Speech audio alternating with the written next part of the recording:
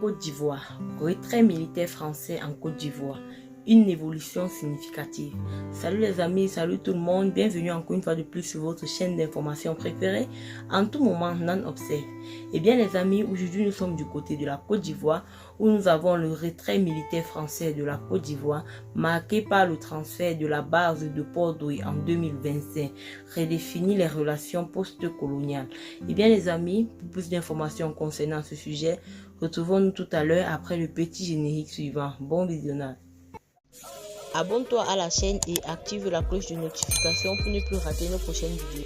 Donc les amis, comme je le disais tout à l'heure, le retrait progressif des forces militaires françaises de Côte d'Ivoire marque une nouvelle étape dans les relations franco-ivoiriennes.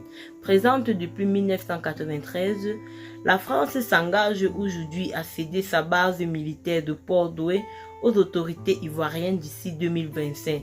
Ce changement intervient dans un contexte où les présences militaires étrangères sur le continent africain sont remises en question.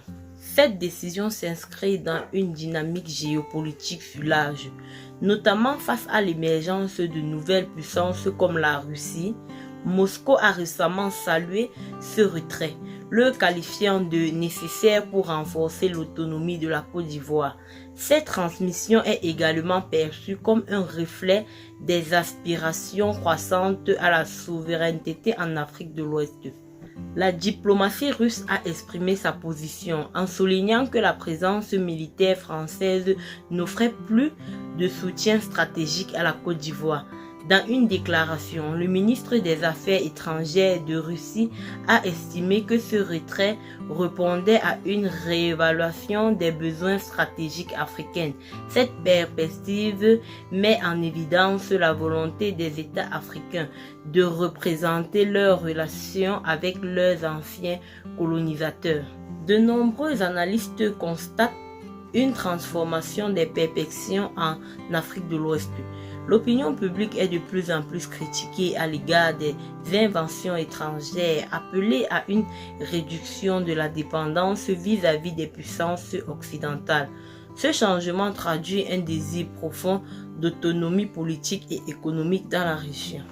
Le transfert de la base militaire de Port-Doué est un symbole fort, prévu en 2025. Il représente une évolution significative dans la relation post-coloniale entre la France et la Côte d'Ivoire.